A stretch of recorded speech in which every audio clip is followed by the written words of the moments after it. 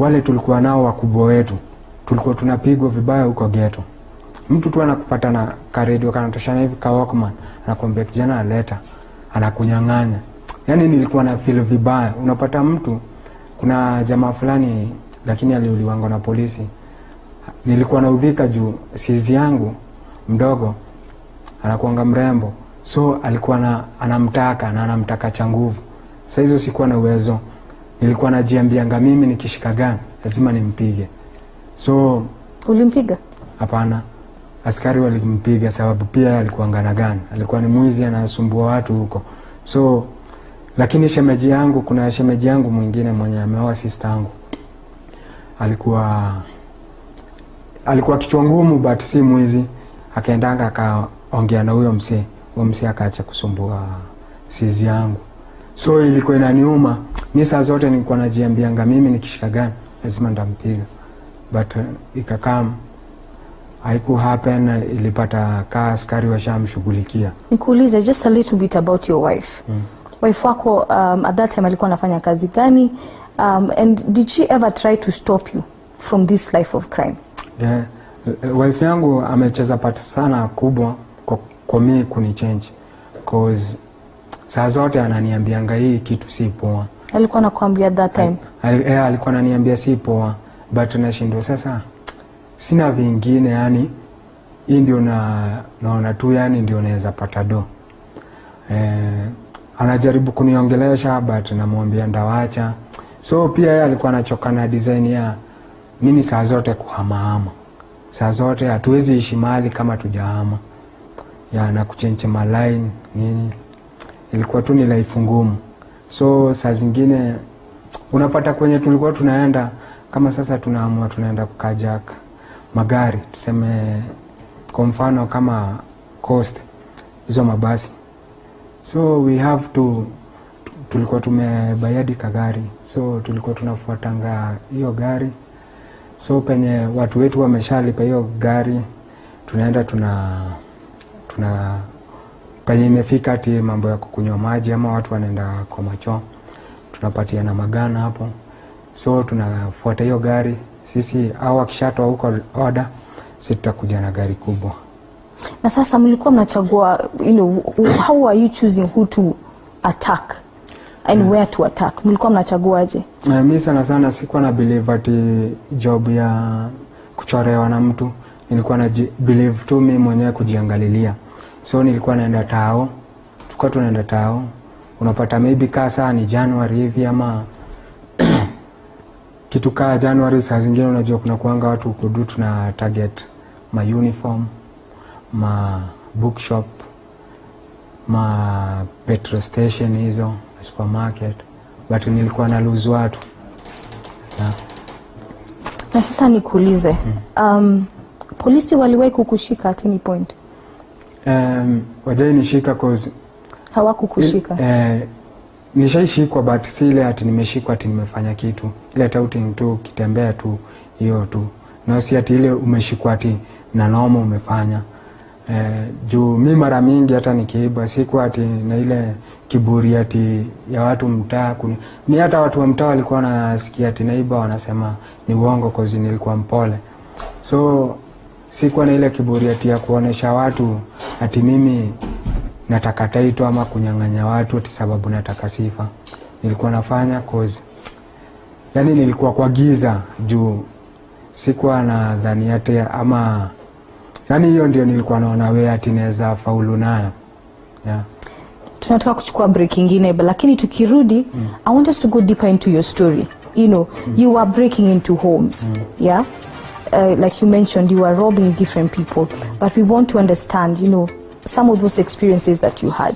All right, so let's take a short break. Remember, you can engage us through our social media platforms. That is TV47KE on Instagram, Facebook, and Twitter. Tonight's story is quite intriguing. This gentleman with some boldness here, giving us an account of his story in crime. We'll be back shortly with much more of his story, so don't go too far.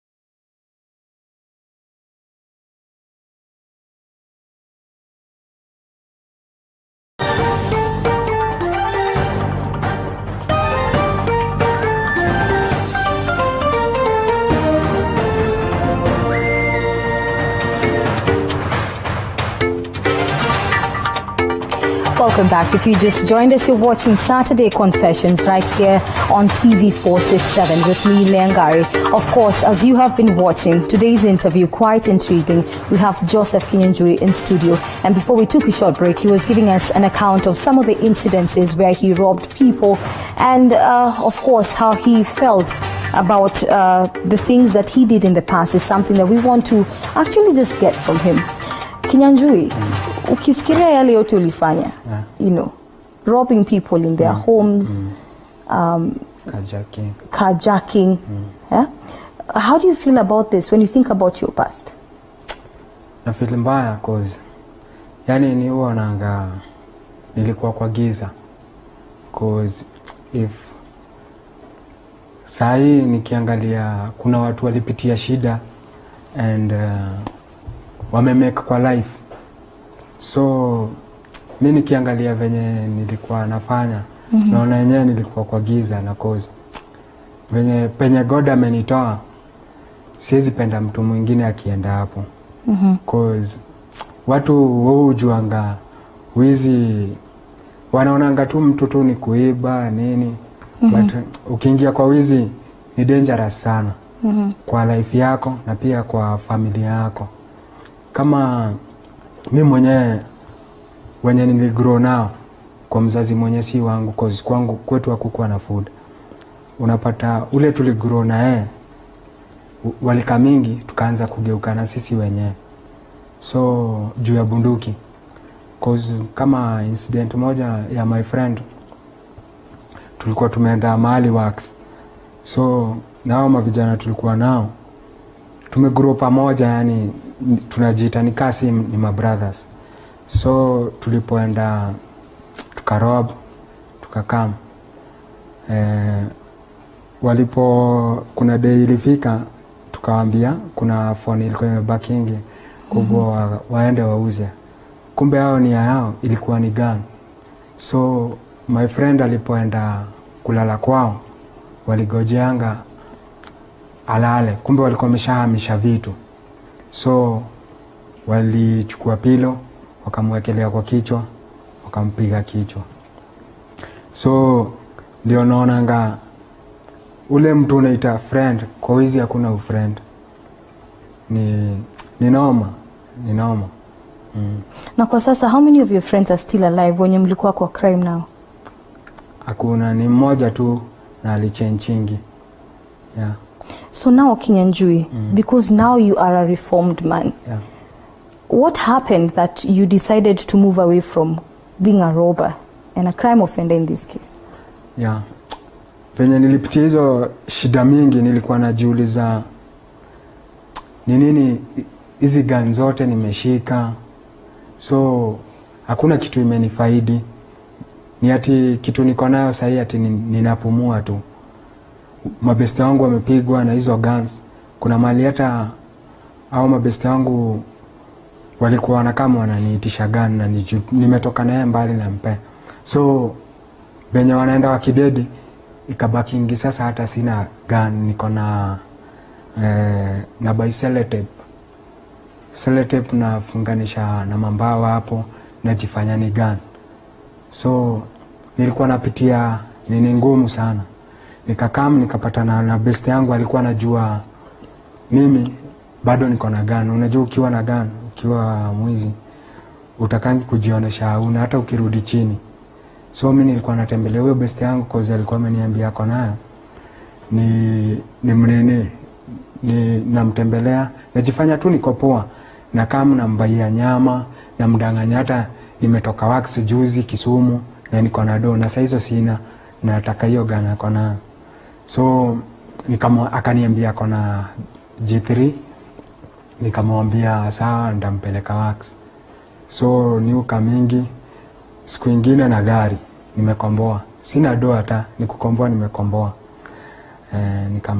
Nikamdanganya juzi hata nimekuwa place. That time ukamdanganya?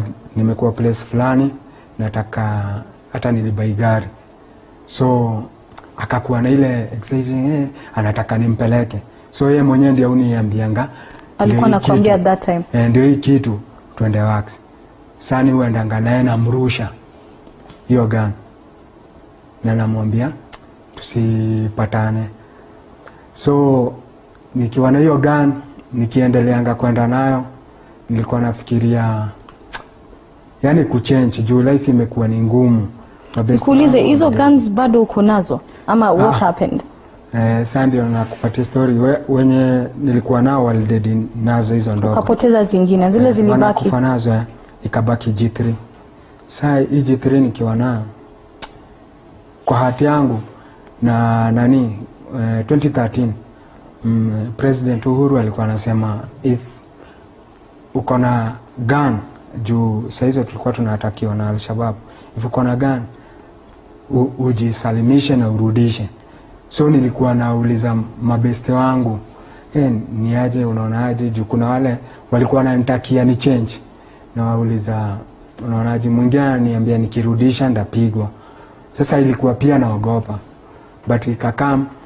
Ilikuwa ni 2014 date 16 ndio nikaenda nikaongea na pastor after mi kuona president amesema turudishe hizi vitu. So mimi niupelekanga au kama mingi na makarao na mpeleka penye nilikuwa nimeweka, narudisha hiyo gun ya G3. Na kutoka nirudishe, isipokuwa siku hiyo nilionanga na askari, hata askari walichukua that day, walinibaia lunch, walinibaia supper. Huyo askari mwenye alichukua alikuwa anaitwa Domba. Yeye ndiye alichukua hiyo gun. Akaniambia kitu mbaya ni kurudia. Na mimi kwa hati yangu venye nimejionea kwa wizi, nilikuwa nasema hata wacha ati mambo venye alikuwa ananiambia afadhali 50 yako yenye umetafuta kuliko do mingi zenye unaenda kujitafutia. Mimi nilikuwa nasema afadhali nikae zero kuliko kwenda kunyang'anya mtu. Sina peace na hakuna kitu poa kama uko na peace. Sawa sawa. So now Kinyanjui, you're no longer into crime. Yeah. What are you doing with yourself now? Nilikuwa saini kwa Mount Kenya. Tunapitia challenges. No, nilisigningi FC Talanta. FC Talanta nilipo sign ilikuwa inaniwezesha mimi mwenyewe ninapata do yangu ya mwisho wa mwezi cause I'm a goalkeeper. So nikipata do yangu ya mwisho wa mwezi nilikuwa natoa less, naenda natembelea mavijana. Hiyo ndio sasa unatumia kufanya charity work. Na penye nilienda Mount Kenya ndio imekuwa ngumu kiasi. Na ndio nifikiria kufanya hivyo. First familia ya mtu wangu kwenye shemeji yangu alidedi. Nilikuwa najiambia, nikapatana na brother yake hapo Pangani, alikuwa chokora. So nilikuwa najiambia, nikiwa kwa hizi najiambia, enyewe God anipe do nioneshe wazazi wa huyu mimi sikuwa nataka huyu mtoi anini ule kijana alidedi. Yani ni faulisha hao watoto wao waweze nipeleke hata mtoi chuo, but haiku happen cause nilikuwa kwa wizi. So juu haikuwezekana, nikakam nikajua God, nikasema saa hii nitakuwa natembeleanga mavijana kwa street na uongelesha, haijalishi ati ni wa area gani ama gani, cause mimi nimeishi pia na vijana wa Kipank wa Kidosi, lakini hao walikuwa wanaiba sababu wanataka title, kwa hakuna kitu wanakosa. So mimi huambianga mavijana nini si poa, crime si poa, ita kuaffect. Kama mimi sasa ina strain, sasa niko team inajiita Mount Kenya, tuna strain sana na mambo ya financial. Sasa inapata yani kuconcentrate na zoezi, sasa zingine naenda skip, but najua through God mambo itakampoa. Maybe club yetu ipate sponsor ama mimi nipate club ingine, cause nahitaji tu kutembelea mavijana. Kama sasa nafurahi hiyo opportunity mmenipatia sasa hii, kuna kijana anaona TV, maybe siwezi mfikia, kuna mtu wako mtaani. Sasa hizo mtaani ndio ni utembeanga nikiongelesha mavijana. Nikuulize, so ukiangalia sasa ile kazi unafanya na vijana, ule mwenye na WhatsApp mwenye unasema hujaweza kumfikia, utamwambia nini mwenye ako kwa crime, ako na guns kama venye ulikuwa kitambo, na mwenye labda hata anajaribu kutoka lakini anashindwa, how do I get out? Ni kitu ya kwanza naweza taka kumwambia, gun ujue kitu ya kwanza ikiwa kwa mkono mbaya si poa. Juu hii kitu haita kusaidia na kitu yoyote, juu utapigwa tu. So wewe kama uko na gun, tulikuwa na slogan moja tulikuwa tunasema palipo na mamba hapakosi burukenge.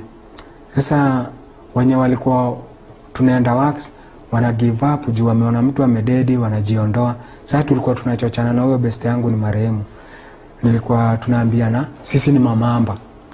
Sasa mimi nikaona venye tunaisha na nikaona haja gani ni kuwe mamba na mimi ni mamba wa shetani. Na hiyo mamba ni mpaka upigwe udedi. Afadhali ni kuwe burukenge but ni kuwe burukenge wa God. So mimi naweza ambia huyo kijana, mimi kwanza nabonga na mwenye ako nayo.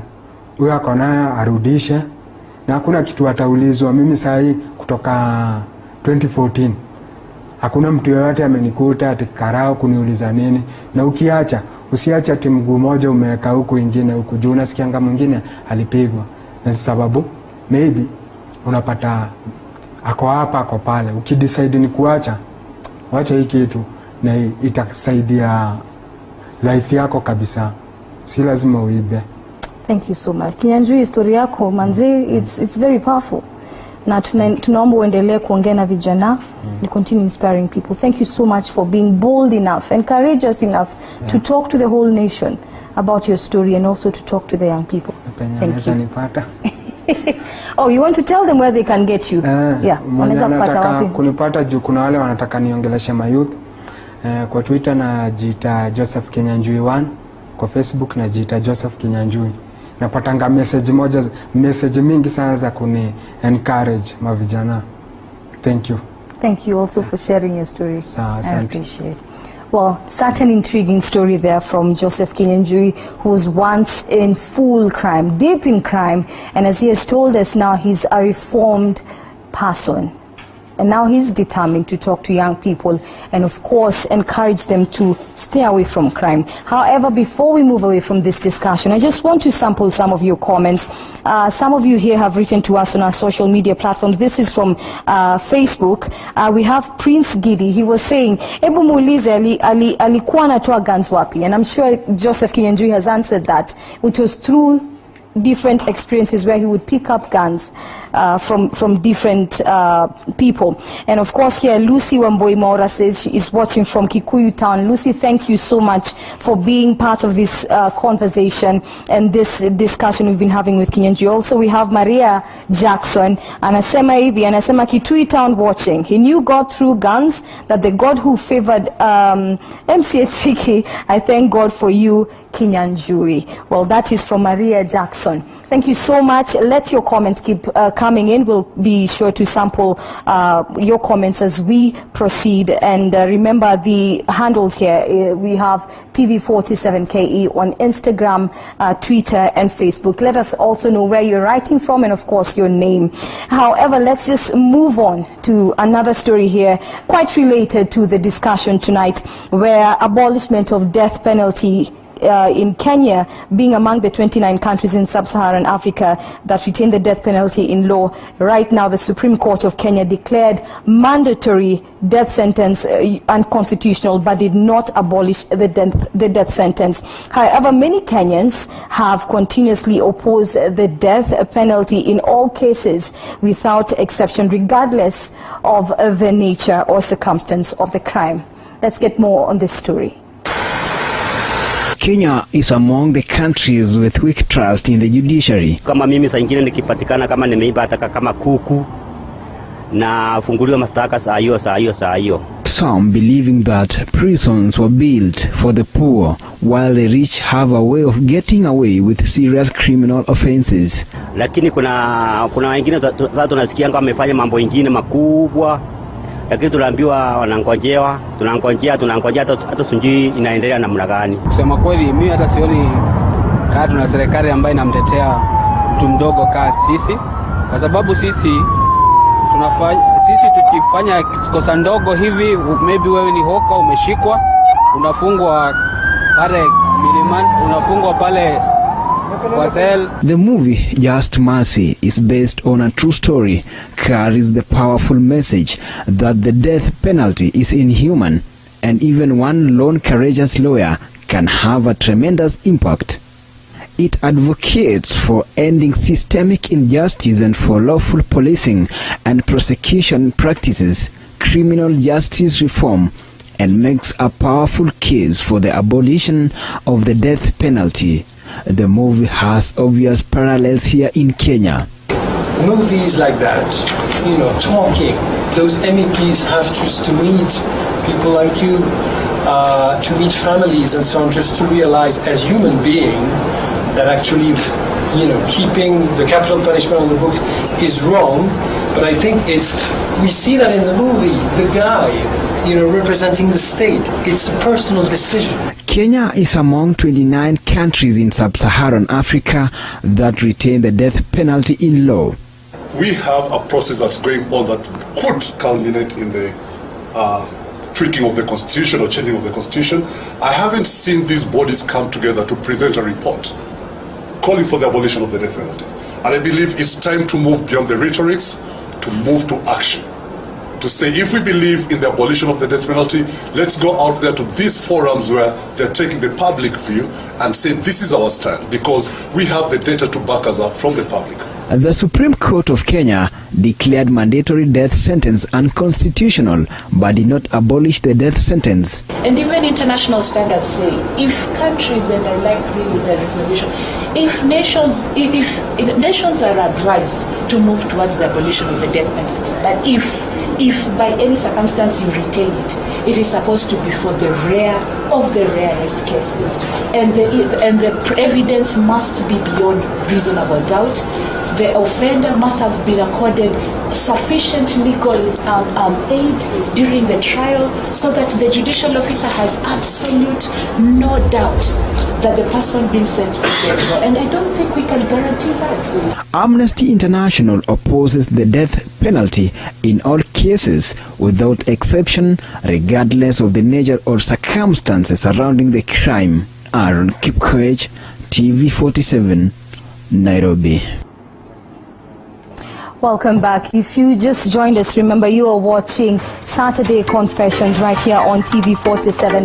Again, tonight's discussion quite intriguing there, and we had Joseph Kinyanjui with us in studio, and we are very happy to have brought you this story, at least to even inspire the young people and talk to them about what crime does to you as a person, and of course talk to you about why you should leave crime.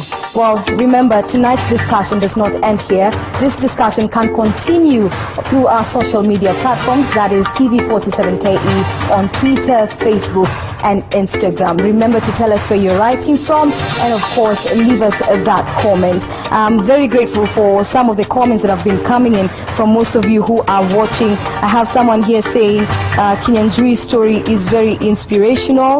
We hope he remains reformed.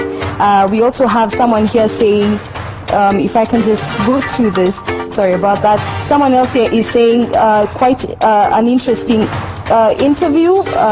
Bring us, I think the person is trying to say, bring us more of these interviews, and we'll be sure to bring you more of these interviews that seek to inspire and of course spark some change in most of you out there, or rather everyone out there who is watching and needs to hear their stories. My name is Leangari. This has been Saturday Confessions right here on TV47. Remember, the conversation does not end here. We can continue talking on social media. Again, the handles are TV47KE on Instagram, Twitter, and Facebook. Asante sana. Thank you for watching. Until next week, same time, same place. My name is Leangari. Good night. In God.